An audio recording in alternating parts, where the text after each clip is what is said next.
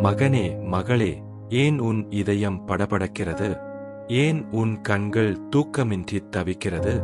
நீ எப்போது என்னை விட்டு தூரம் போனாயோ அன்றே பயம் உன் வாசலில் வந்து உட்கார்ந்து கொண்டது. உலகத்தின் ஆடம்பரத்தையும் அடுத்தவர்களின் அங்கீகாரத்தையும் நீ தேடி அலைந்த போது உன் உள்ளத்தின் சமாதானத்தை தொலைத்துவிட்டாய்.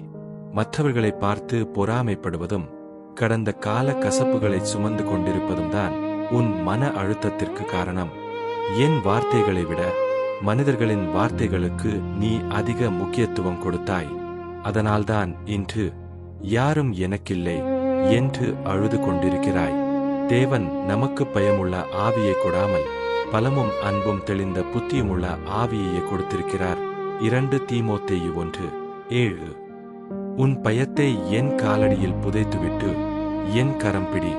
இருளைத் துரத்தும் ஒளியாக நான் உனக்குள் வருகிறேன். இதோ பயத்தினால் கட்டப்பட்டிருக்கும் பிள்ளைகளுக்காக நான் மன்றாடுகிறேன்.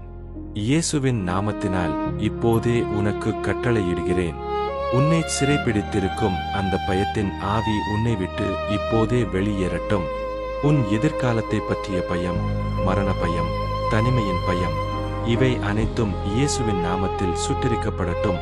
உன் மனதை சிதைக்கும் கவலைகளே, அகன்று போங்கள்.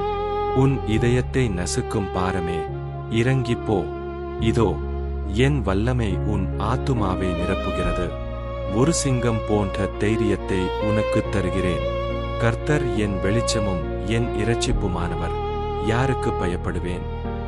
சங்கீதம் 27:1.